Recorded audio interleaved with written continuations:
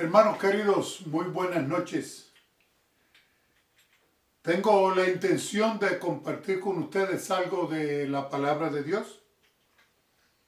Quiero pedir la dirección de Dios precisamente para lo que vamos a hacer, lo que vamos a hablar, lo que vamos a considerar, que sea el Espíritu del Señor el que nos dirija y el que impresione nuestros corazones con la verdad y con el poder del Espíritu. Vamos a orar. Querido Dios, en esta hora solicitamos tu presencia. Has dicho que cuando estemos congregados, aun cuando seamos solo 2 o 3, tú estarás. Y en esta hora, aunque estoy solo aquí en mi casa, no estoy solo. Yo sé que mis hermanos me están escuchando y quiero compartir con ellos lo que está escrito en tu palabra, los avisos para los tiempos en que vivimos, porque a la verdad que necesitamos vivir avisadamente. Oh Dios, que tu Espíritu sea el que nos guía, nos dirige, nos impulse a vivir avisadamente, conociendo lo que está escrito en tu palabra. Lo pedimos en el nombre de Jesús. Amén. Comenzamos en el libro de San Mateo, el capítulo 16, versos del 13 en adelante. Viniendo Jesús a las partes de Cesarea de Filipo, preguntó a sus discípulos diciendo: ¿Quién dicen los hombres que es el Hijo del Hombre? Y ellos respondieron: unos Juan el Bautista, otros dicen que es Elías, otros que es Jeremías, o alguno de los otros de los profetas. Jesús, entonces, dirigiéndose a Pedro, le dice, no a Pedro. Jesús dirigiéndose a los discípulos, les dice, ¿y vosotros quién decís que soy? Y respondiendo, Simón Pedro dijo, tú eres el Cristo, el Hijo del Dios viviente. Entonces respondiendo, Jesús le dijo, bienaventurado eres, Simón, hijo de Jonás, porque no te lo reveló ni carne ni sangre, mas mi Padre que está en los cielos. Mas yo también te digo que tú eres Pedro, y sobre esta piedra edificaré mi iglesia, y las puertas del infierno no prevalecerán contra ellas. Jesús está con los discípulos reunidos. Esto es una reunión privada. El registro nos queda a nosotros por voluntad del Espíritu Santo. Y Dios quiere darles a los discípulos un mensaje especial en esta hora. Comienza preguntándoles, ¿qué dicen los hombres que soy yo? Y había muchas ideas. Elías, Moisés, algunos de los otros profetas que se han levantado porque veían que Jesús hacía su trabajo con gran poder. Así que finalmente se dirige a los discípulos y Pedro se adelanta a contestar, tú eres el Cristo, el Hijo del Dios viviente. Yo creo, hermanos que me escuchan, que Pedro en este momento, dirigido por el poder del Espíritu Santo, su mente fue aclarada de tal manera que comprendió y confesó que Cristo es el Mesías esperado, el Salvador del mundo. Jesús lo confirmó, diciéndole que no se lo había revelado ningún hombre. Esto no era revelación de los hombres, es revelación del Padre Celestial.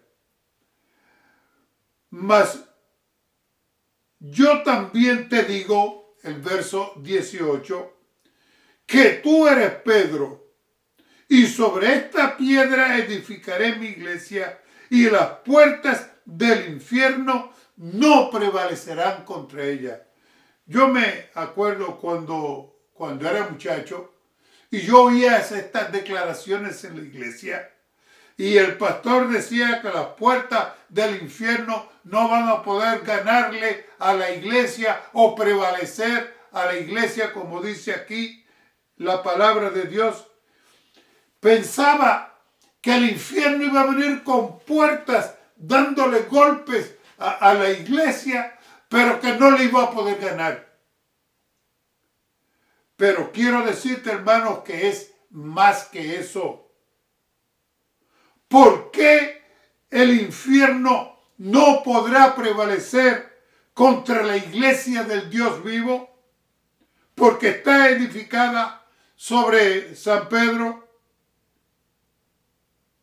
porque está edificada sobre los apóstoles. Bueno, déjame decirte, los apóstoles todos,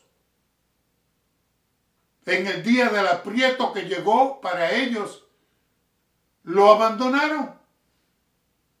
Así que en cierto sentido podríamos decir que las puertas del infierno prevalecieron sobre ellos. Pero es más que eso. Las puertas del infierno no podrán prevalecer contra la iglesia del Dios vivo, porque la iglesia del Dios vivo está fundada sobre Jesús. La iglesia del Dios vivo está fundada sobre Jesús. Y como tal, el infierno no tendrá ningún poder sobre Cristo, porque la muerte y el infierno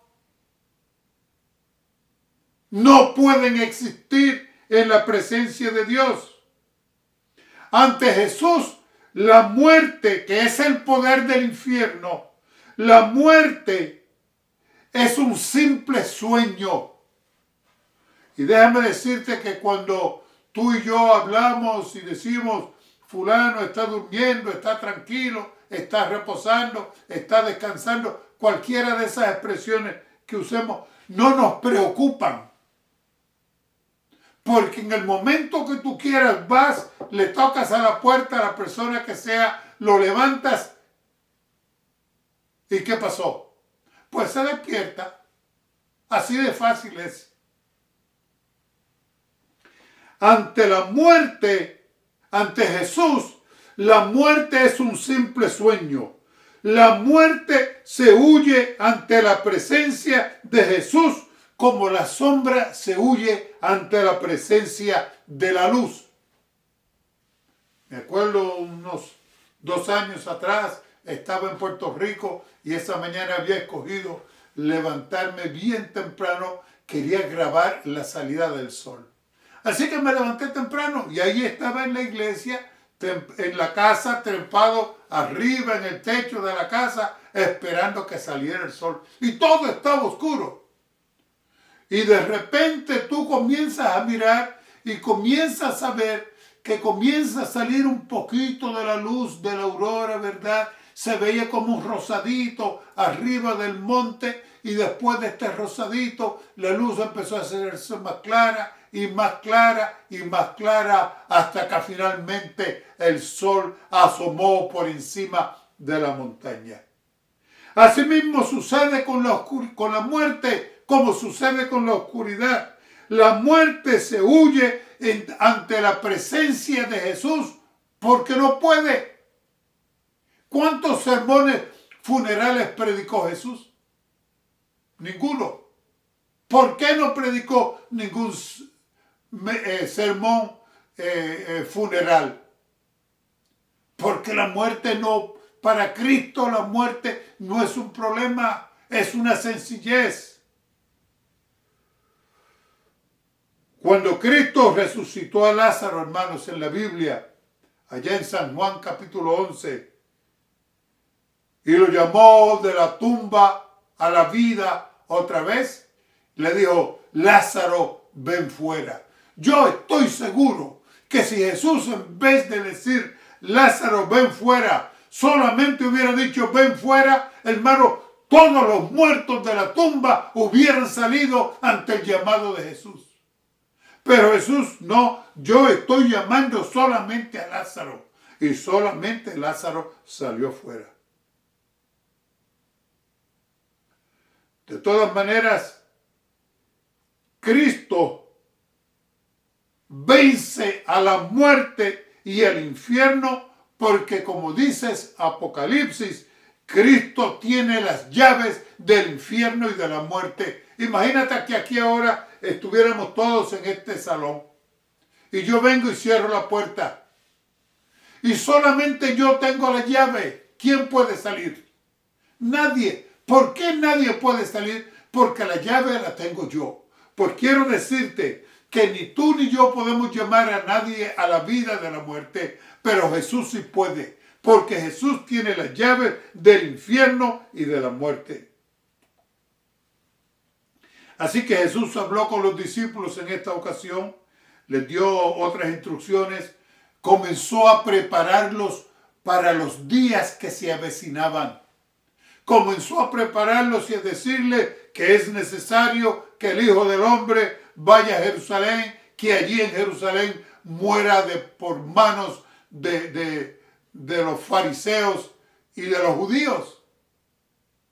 Y San Pedro, oyendo lo que estaba haciendo Jesús, decidió que le debía dar un consejo a Jesús. Así que lo llamó aparte y le echó el hombro, me imagino, le echó el brazo sobre su hombro y comenzó a hablar con él y a decirle: Señor, que tal cosa nunca acontezca. Y Jesús, sabiendo quién le estaba poniendo o sugiriendo esos pensamientos en la mente de Pedro, le dice: vete de mí, Satanás. No le estaba diciendo Satanás a Pedro. Le estaba diciendo a Satanás, que estaba detrás de Pedro, susurrándole esas ideas humanas. Hermanos, si Cristo nunca se deja morir, nosotros no tuviéramos esperanza ninguno hasta el día de hoy.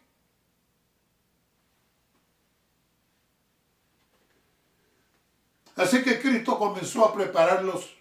El tiempo se acercaba, los días difíciles estaban frente a ellos en ese momento. Estaban en el umbral de esos momentos, de ese tiempo de la historia que temblarían hasta los más valientes. San Mateo 16, el mismo capítulo otra vez. Voy a leer versículos 27 y 28. Porque el Hijo del Hombre vendrá en la gloria de su Padre con sus ángeles y entonces pagará a cada uno conforme a sus obras.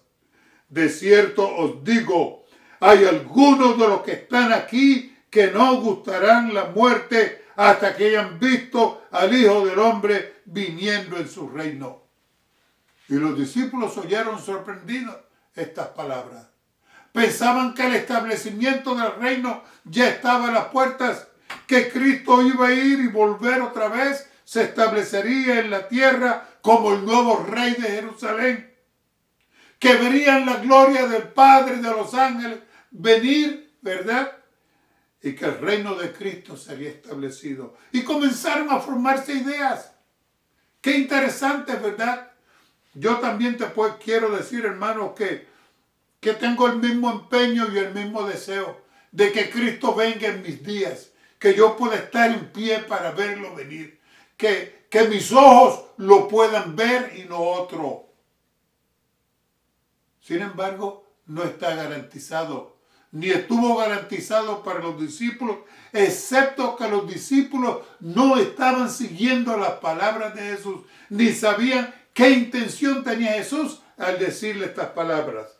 Algunos de los que estaban allí presentes, dijo Jesús, van a estar vivos a la hora de mi venida. No estaba hablando de su venida en sus días, pero estaba hablando de algo que iba a acontecer en sus días que los prepararía para que enfrentaran el futuro con confianza, para que no vieran que el futuro estaba incierto, sino que el futuro estaba en las manos de Jesús, abierto como cuando tú y yo abremos un libro.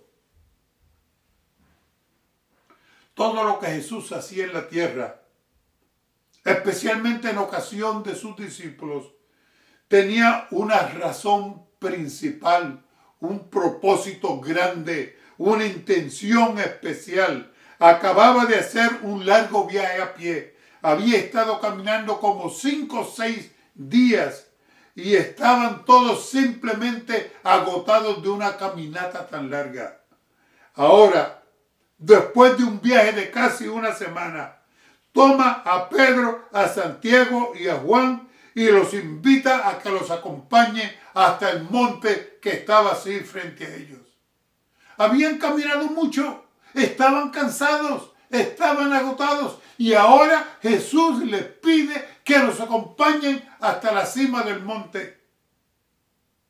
San Mateo 17:1. Y después de 6 días, Jesús toma a Pedro, a Jacobo y a Juan su hermano y los lleva aparte a un monte muy alto. Así que después de la caminata, ahora vamos monte arriba. Deseado de toda la gente, página 388. Finalmente Cristo les dice que no han de ir más lejos. Apartándose un poco de ellos, el varón de dolores derrama sus súplicas con fuerte clamor y lágrimas. Así que yo me imagino a los discípulos asustados. ¿Pero qué está pasando? ¿Por qué tiene tanto temor? ¿Por qué está orando y llorando Jesús? ¿Qué será lo que tiene en la mente? Continúa la cita. Imploraba por fuerzas para soportar la prueba en favor de la humanidad. Él mismo debe establecer nueva comunión con la omnipotencia porque únicamente así puede contemplar el futuro. Cristo estaba pensando en el futuro. Cristo quería estar seguro que su misión al final de sus días podría decir, ¿verdad? Misión cumplida. Consumado es. He hecho tu voluntad. He hecho la obra que me enviaste a que hiciera la tierra. Así que necesitaba nuevas fuerzas para los días que ya estaban a la puerta de la esquina, que ya estaban llegando para ellos. No sé si habrán notado que en vez de llevar a los 12, solamente Jesús invita solamente a 3 de ellos. A 3 de ellos nada más. ¿Qué pasaba? ¿Eran los favoritos? ¿Eran los más inteligentes? ¿Los más espirituales? ¿Los más avanzados? ¿Por qué solamente invita a 3? Delante de Jesús estaba la sombra de la cruz. Toda la humanidad dependía de esta gran lucha final. Cristo tendría que enfrentar en estos momentos las fuerzas del infierno y de la muerte como nunca antes lo había hecho. Acuérdate que estuvo en el ayuno 40 días y 40 noches en el desierto.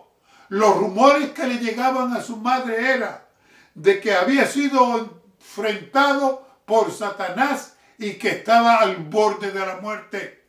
Y realmente estaba al borde de la muerte. Pero dijo él y entendía claramente que es más fácil morir obedeciendo a la voluntad de su padre que desobedeciendo. Hermanos, estas son lecciones que nosotros tenemos que aprender. Estas son lecciones que nosotros no podemos olvidar. Sin embargo, la lucha más grande estaba todavía por delante. Estos 3 discípulos que habían sido seleccionados por Jesús tendrían que presenciar este combate como ninguno otro de sus discípulos. Eran las angustias que Jesús debía pasar en el monte Sinaí. A veces nosotros pensamos que los días más difíciles de Cristo fueron el viernes cuando murió. Hermanos, los días más difíciles de Cristo fue toda la semana. Toda esa semana. Mira cómo dice la Biblia, San Mateo 26. Estamos en el 16, nos vamos a San Mateo 26, 37 y 38. Y tomando a Pedro y a los dos hijos de Zebedeo, Santiago y Juan, comenzó a entristecerse y a angustiarse en gran manera. Entonces Jesús le dice: mi alma está tan triste hasta la muerte, quedaos aquí y velad conmigo. ¿Has estado tú triste alguna vez? Bueno, si eres hijo de Adán y Eva, tienes que haber probado una buena dosis de tristeza. Sin embargo, los discípulos nunca habían visto la tristeza que estaba embargando a Jesús en esta hora, hermanos. Todo el peso del pecado se estaba poniendo en esos momentos sobre los hombros de Jesús. Todo el peso del pecado del mundo entero estaban siendo puestos sobre los hombros de Jesús. Por esa era la razón de la gran tristeza que le embargaba. 3 de sus discípulos, Pedro, Santiago y Juan, iban a ver este espectáculo. Por eso Dios los escogió a ellos de entre los 12 para que vinieran y vieran lo que estaba pasando en el monte. Y su fe no se debilitara, sabiendo que estaban siguiendo y obedeciendo a algún Mesías triunfador, no un Mesías derrotado. Así que Jesús se proponía prepararlos para que al ver estas escenas donde el peso del pecado del mundo entero fueran puestas sobre sus hombros, hermanos, no se llenaran de pánico ni de temor. Así que volvemos a San Mateo 17. Jesús está preparando a sus discípulos para este momento. Allá en San Mateo 17:2 dice: y se transfiguró delante de ellos y resplandeció su rostro como el sol y sus vestidos fueron blancos como la luz. Te leo del Deseado, página 389. A mí me está demasiado apropiado este libro porque nos abre la vista a detalles que no cupieron en la Biblia por espacio y por el tiempo, ¿verdad?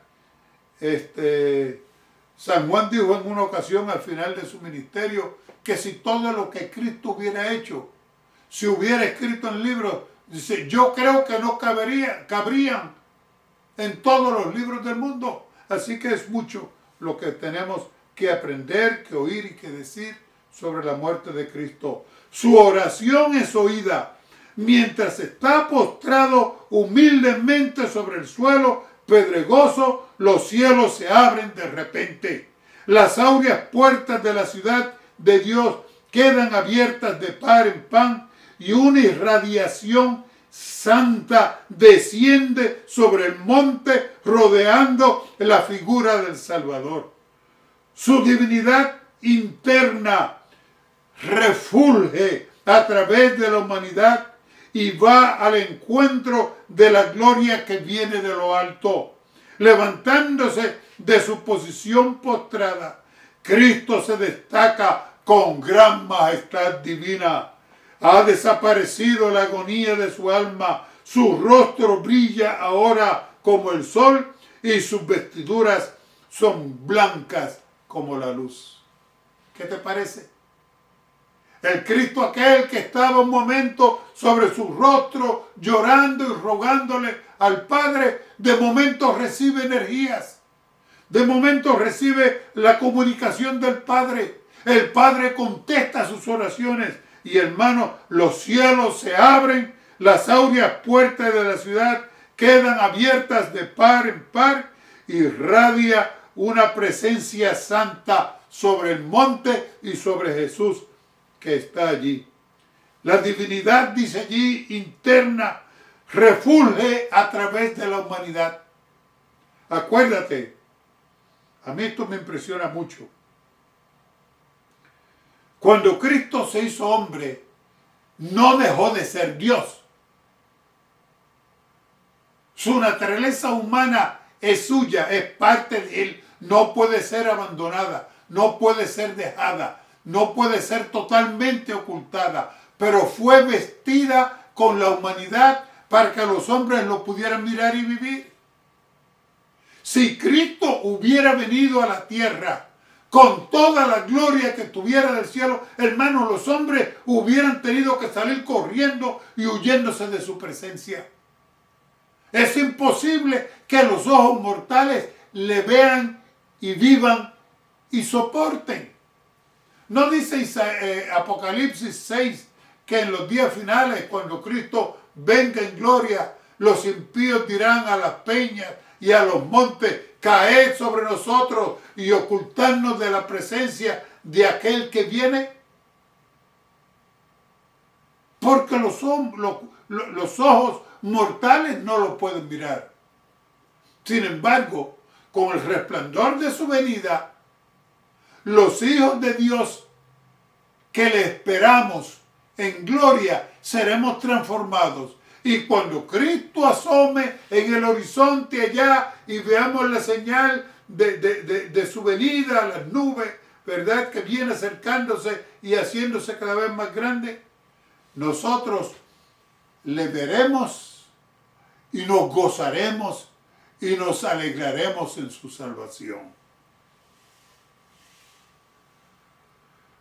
Así que Dios se presenta, el Padre se presenta en la montaña, el cielo se abre, la gloria del cielo sale y llega hasta Jesús en la tierra, toda la montaña queda iluminada, su divinidad empieza a refulgir como nunca antes habían visto los mortales.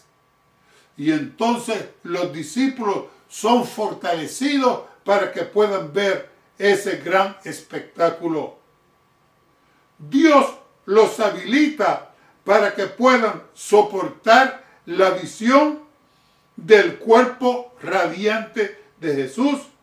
Y ahora notan que Jesús no está solo, que tiene compañía.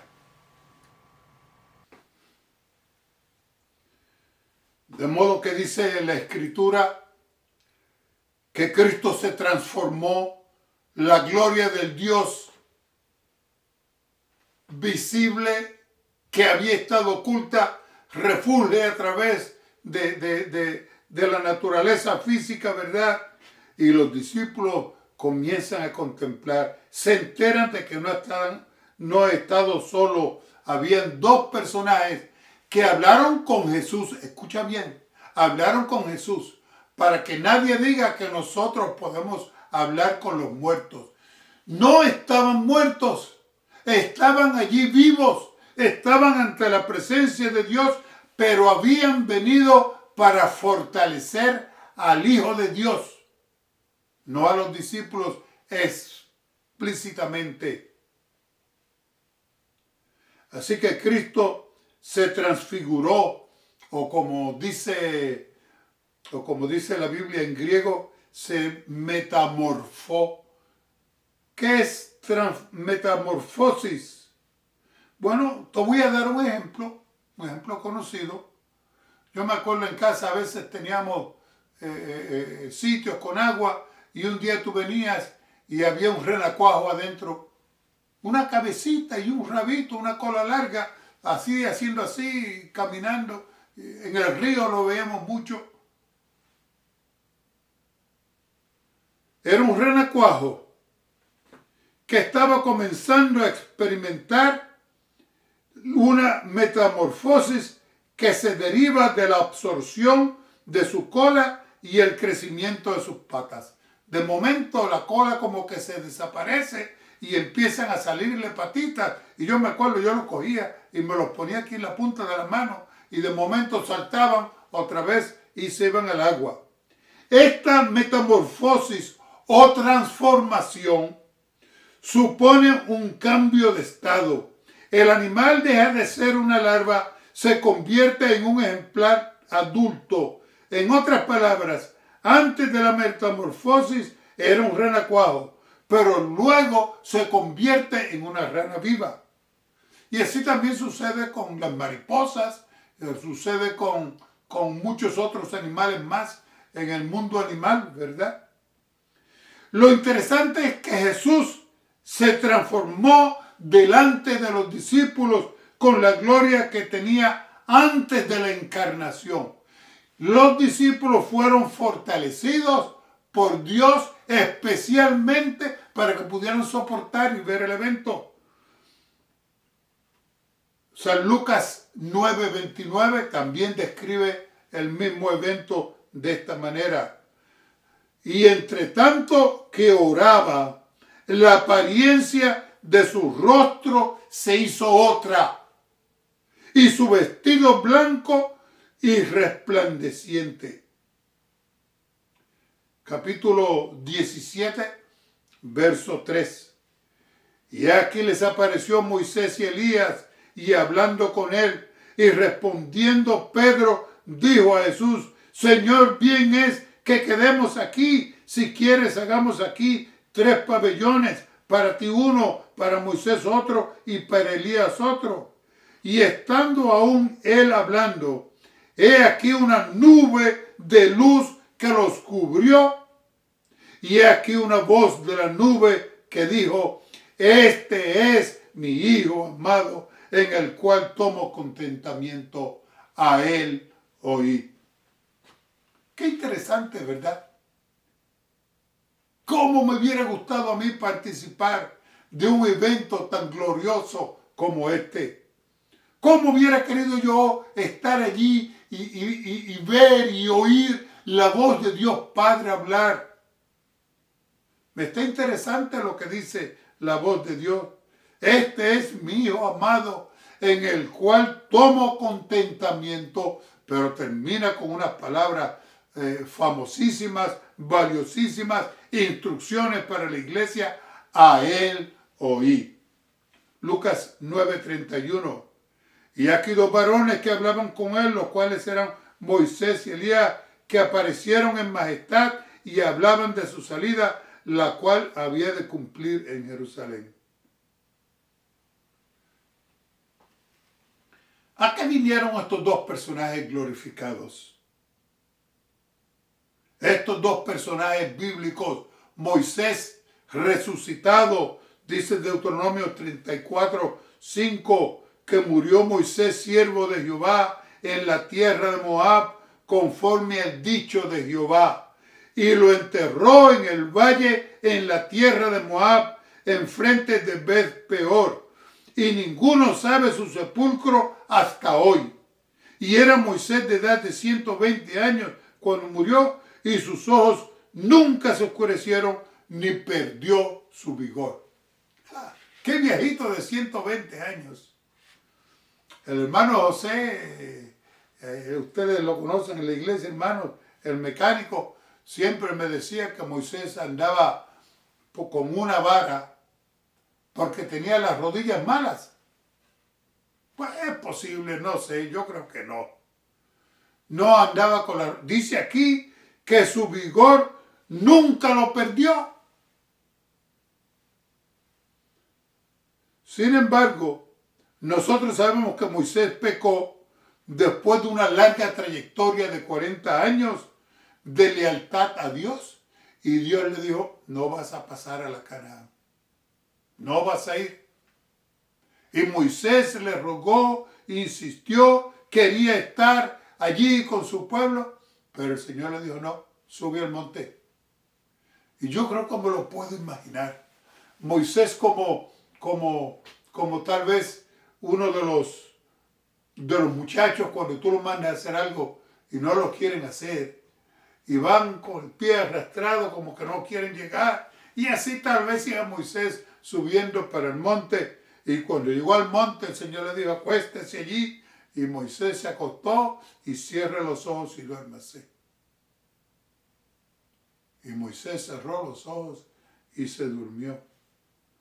Sin embargo, dice Judas que Miguel vino, Judas 9, pero cuando el arcángel Miguel contendía con el diablo, y Miguel no es otro que Dios mismo. Miguel quiere decir, ¿quién es como Dios? Miguel. Dice, pero cuando el arcángel Miguel contendía con el diablo, disputando sobre el cuerpo de Moisés, no se atrevió a usar juicio de maldición contra él, sino que le dijo, el Señor te reprenda. Quiero decirte que estas palabras le han turbado a muchos. Piensan que Jesús tuvo miedo cuando dice no se atrevió. Eso es una pobre traducción. Cristo lo que no se atrevió es bajarse al nivel de Satanás y empezar a maldecir como él lo hacía. El Dios del cielo solo bendice. Cuando Él retira su bendición, hermano, allí mismo comienza nuestro descenso de picada. Así que Dios se lo llevó al cielo y le dijo, no te preocupes, yo te voy a poner en las manos del que juzga justamente. Satanás no quería cederlo, era su trofeo, era de él. Cristo vino. Y déjame decirte, hermano, como decía un pastor, Cristo no venía a pelear por cuerpos muertos. ¿Por qué? Porque Él los levanta, los trae a la vida otra vez. Acuérdate que ya dijimos que Él tiene las llaves del infierno y de la muerte. Y aunque todavía Cristo no había venido a la tierra a pagar el precio de todos los redimidos, era solamente asunto de tiempo. Dios es tan fiel que al fin del tiempo, cuando el reloj del cielo lo marcaría en la tierra, Cristo estaría muriendo en el Calvario. Así que Miguel se lo llevó al cielo a pesar de las objeciones de Satanás. Elías, bueno, nosotros sabemos también de Elías, segunda de Reyes 2, 11 y 12.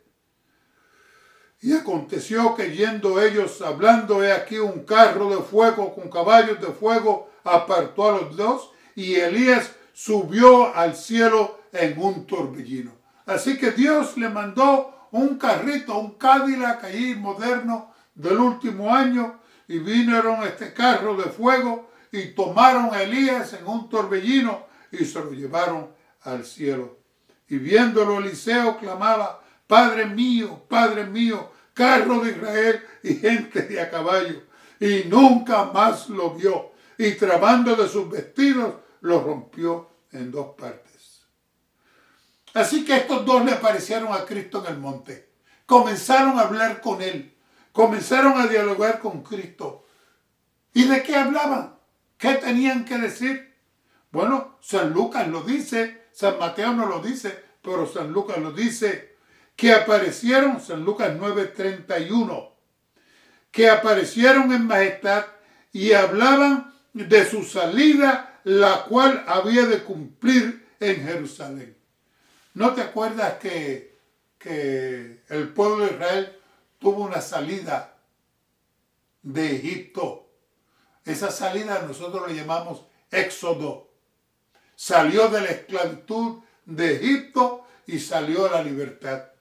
Cristo Jesús vino a ser fortalecido por sus dos siervos amados, y estos vinieron a hablarle de su salida. Vinieron a hablarle del Calvario, de la Pascua que ya estaba por celebrarse, donde el verdadero Cordero de Dios daría su vida por todos los pecadores de este mundo.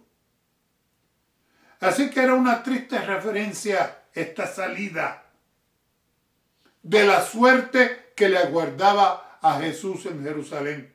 Finalmente pudo exclamar como todo campeón, consumado es. Padre, he hecho la obra que me distes que hiciese. A los suyos, quería citar un versículo, se me escapó de momento. De todas maneras, porque el Hijo del Hombre vino a buscar y a salvar lo que se había perdido. Deseado, página 390. Sobre el monte, el futuro reino de gloria fue representado en miniatura. Cristo el Rey, Moisés el representante de los santos resucitados y Elías de los santos que serán trasladados. Así que allí en el cielo, Cristo estaba haciendo una segunda venida de Él mismo en miniatura, para que los discípulos supieran que aunque el Hijo de Dios tenía que ir a Jerusalén, tenía que sufrir y finalmente tendría que morir, que eso no era el fin ni de la iglesia que estaba estableciendo, ni del reinado del glorioso Mesías. Sigo leyendo. En el monte de la transfiguración, Moisés atestigua la victoria de Cristo sobre el pecado y la muerte. Representa a aquellos que saldrán del sepulcro en la resurrección de los justos. Elías, que habían sido trasladados al cielo sin ver la muerte, representa a aquellos que estarán viviendo en la tierra cuando venga Cristo Jesús. A la final trompeta, cuando esto mortal será vestido de inmortalidad y esto corruptible será vestido de incorrupción.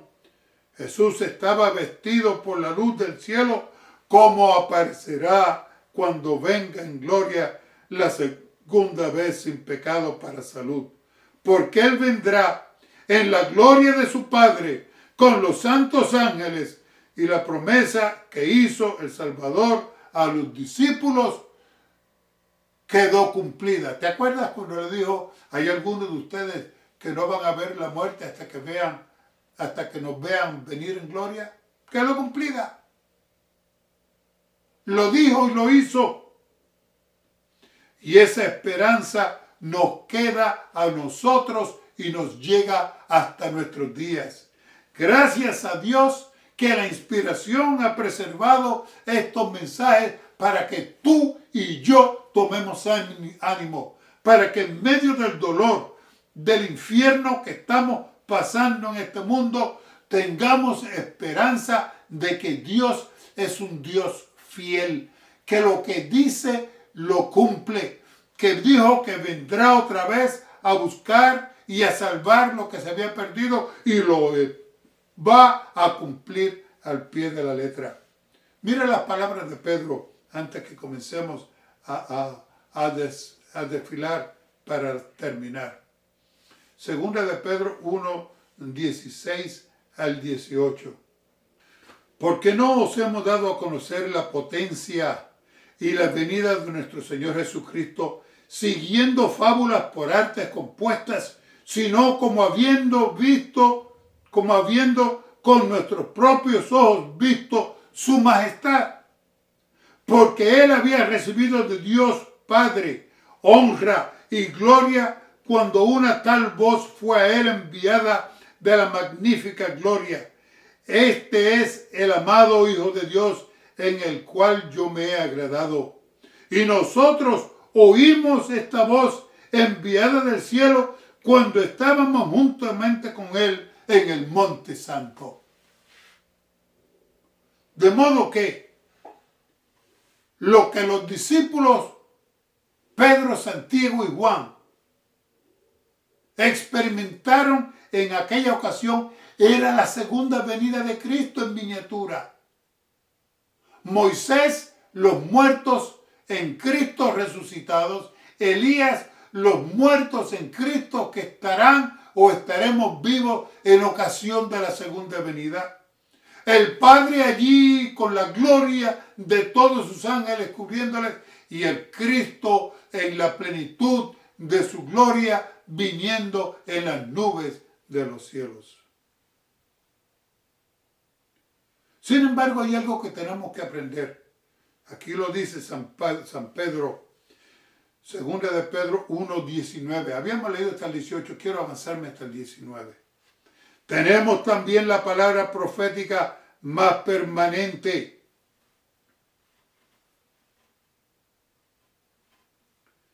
Permiso que se me perdió aquí la página.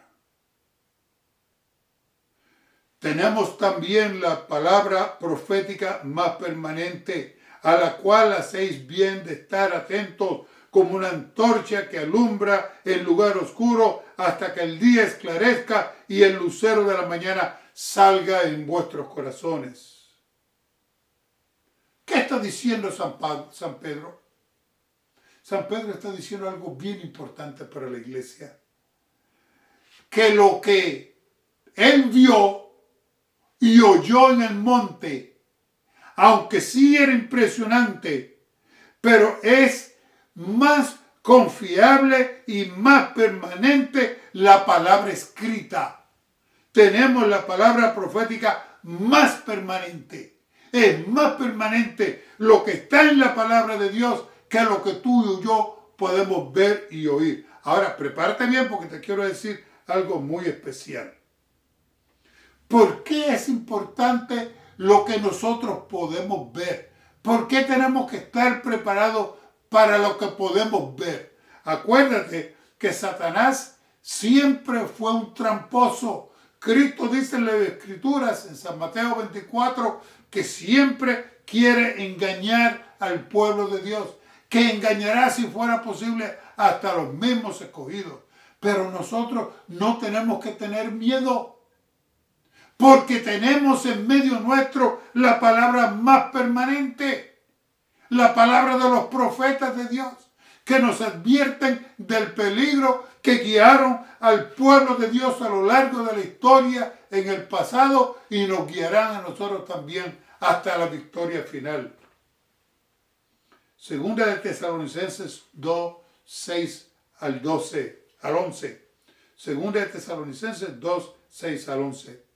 Ahora vosotros sabéis lo que impide para que a su tiempo se manifieste. ¿De qué está hablando San Pablo? Hay algo que está impidiendo para que este malvado se manifieste a su tiempo. Porque ya está obrando el misterio de iniquidad. Solamente espera hasta que sea quitado de en medio el que ahora impide. Entonces, fíjate tú lo que va a hacer Satanás. Entonces será manifestado aquel inicuo al cual el Señor matará con el espíritu de su boca y destruirá con el resplandor de su venida. Aquel inicuo cuyo advenimiento es según operación de Satanás, con grande potencia y señales y milagros mentirosos, con todo engaño de iniquidad en los que perecen, por cuanto no reciben el amor de la verdad para ser salvos. Por tanto, pues, les envía Dios operación de error para que crean a la mentira. El poder de este hombre de pecado es Satanás. Este hombre de pecado ya San Pablo lo podía prever, que se estaba preparando el camino para su aparición. Y dice San Pablo que este inicuo, cuyo advenimiento es según de Satanás, va a ser el engaño más grande que tú te puedas imaginar. Te leo San Mateo 24, 25 al 27. Porque se levantarán falsos cristos, falsos profetas, darán señales grandes y prodigios de tal manera que engañarán, si es posible, aún a los escogidos. He aquí os lo he dicho antes, dijo Jesús. Así que os dijeren, aquí en el desierto está, no salgáis. He aquí en la cámara, no creáis. Satanás, el último gran engaño, es aparecer en este mundo y aparentar ser Jesús. Y lo va a hacer de tal manera que va a engañar hasta los verdaderos hijos de Dios si estos no estamos atentos a lo que dice la palabra de Dios. Y hermanos, quiero decirte que estas son verdades que nosotros necesitamos oírlas y oírlas de menudo. Estas son verdades que nosotros no podemos echar y dejarlas a dormir y descuidarlas. Estas son verdades que nosotros necesitamos estar atentos porque el tiempo es malo, los días son peligrosos y el enemigo sigue como león rugiente buscando a quien devorar. Nosotros sabemos que Satanás se va a hacer parecer como el gran sanador, el gran Mesías esperado, el Salvador del mundo. Pero hay una parte que Dios no le va a permitir hacer. No le va a permitir a Satanás que venga en las nubes en gloria, haciendo aparentar que es Cristo. Y se va a aparecer en algún lugar de la tierra y allí va a comenzar a hacer milagros. Y hermanos, los que no están preparados para estos días van a ser engañados. Hermano, el engaño va a ser tan grande y tan tremendo que a merced a la palabra de Dios nosotros no podremos estar seguros de ninguna otra manera. Escucha bien. Eventos de los últimos días, página 172. A medida que se acerca la segunda aparición de nuestro Señor Jesucristo, instrumentos satánicos son impulsados desde abajo. Satanás no solo aparecerá como un ser humano, sino que personificará a Jesús, y el mundo que ha rechazado la verdad, lo recibirá como el Señor de señores y el Rey de reyes. Este es el último gran engaño de Satanás. Así que Satanás va a aparecer, y va a aparecer con un cuerpo humano, y va a hacerle creer al mundo que Él es el gran sanador, que es el Rey de reyes, y la gloria y las bendiciones y las alabanzas y la adulación del pueblo a una misma vez.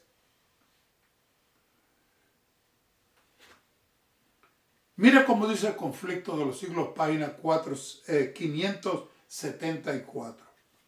Merced a los dos errores capitales, el de la inmortalidad del alma y el de la santidad del domingo, Satanás prenderá a los hombres en sus redes.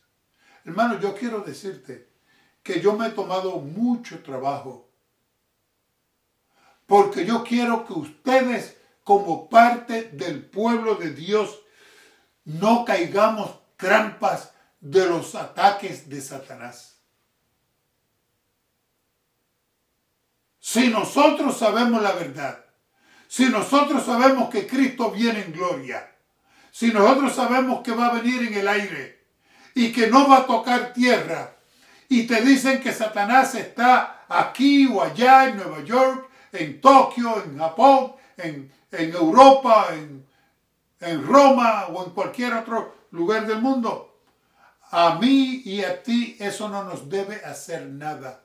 ¿Sabes por qué? Porque nosotros sabemos claramente que Cristo va a venir en gloria, que no va a tocar tierra, que los muertos en Cristo se van a levantar primero, se van a levantar glorificados, que los vivos en Cristo serán transformados, que los dos grupos nos vamos a juntar juntamente con el Señor, y así estaremos en el aire con el Señor y nos iremos a las mansiones celestiales. Tenemos que estar preparados. El tiempo se acaba, hermanos, y nosotros tenemos que estar preparados, porque Satanás busca engañarnos de tal forma que perdamos nuestra salvación. El mundo te hace creer por ahí, no, una vez salvos, siempre salvos. Síguete creyendo eso. Síguete creyendo esos cuentos. En alguna ocasión voy a hablar de esto. Quiero decirte que Satanás está dispuesto a hacer lo que sea para que todos los hijos de los hombres y los hijos de Dios nos perdamos juntamente con Él. Quiere compartir el fuego del infierno con nosotros. Sin embargo, nosotros sabemos bien sus trampas y sus engaños. Y bueno, te lo leo de aquí. Escucha. Conflicto de los siglos, página 683. Solo los que hayan estudiado diligentemente las Escrituras y hayan recibido el amor de la verdad en sus corazones serán protegidos de los poderosos engaños que cautivarán al mundo. Merced al testimonio bíblico descubrirán al engañador bajo su disfraz. El tiempo de prueba llegará para todos. Hermanos, necesitamos estar listos. Necesitamos estar preparados. Tenemos que prepararnos con la palabra de Dios. Hermano, yo he gastado mucho tiempo. Hay otros pastores que han hecho lo mismo. Hay otros hermanos en la iglesia que han estado todo el tiempo advirtiéndonos. El tiempo se acaba. Satanás viene con malicia y con maldad para que todos nos perdamos juntamente con él. Pero los hijos de Dios no seremos engañados porque tenemos la palabra escrita. Vamos a orar. Querido Dios, el tiempo se acaba y Satanás sigue redoblando sus esfuerzos para atrapar a tus hijos. Pero tú nos has dejado la palabra escrita. Nos has dejado la Santa Biblia, las Sagradas Escrituras. Y nosotros tenemos que estar bien atentos a las Sagradas Escrituras como lo está un viajero a la brújula. Si mantenemos nuestros ojos fijos en la palabra de Dios, hermanos, no seremos engañados. Pero si sacamos los ojos de la palabra de Dios, empezamos a escuchar las fábulas de los hombres, las instrucciones de los hombres, las mentiras de los hombres, las mentiras que Satanás habla a través de los hombres, Señor, quedaremos engañados. Gracias al Espíritu Santo, gracias a la santa palabra de Dios, estamos advertidos sabiendo lo que nos queda por delante. Que la gracia de Dios se multiplique en nuestras vidas. Que la gracia de Dios descienda sobre cada uno de nosotros y nos mantengamos firmes y fuertes hasta la venida del Señor Jesús. Gracias, oh Dios, en el nombre bendito de Jesús. Amén.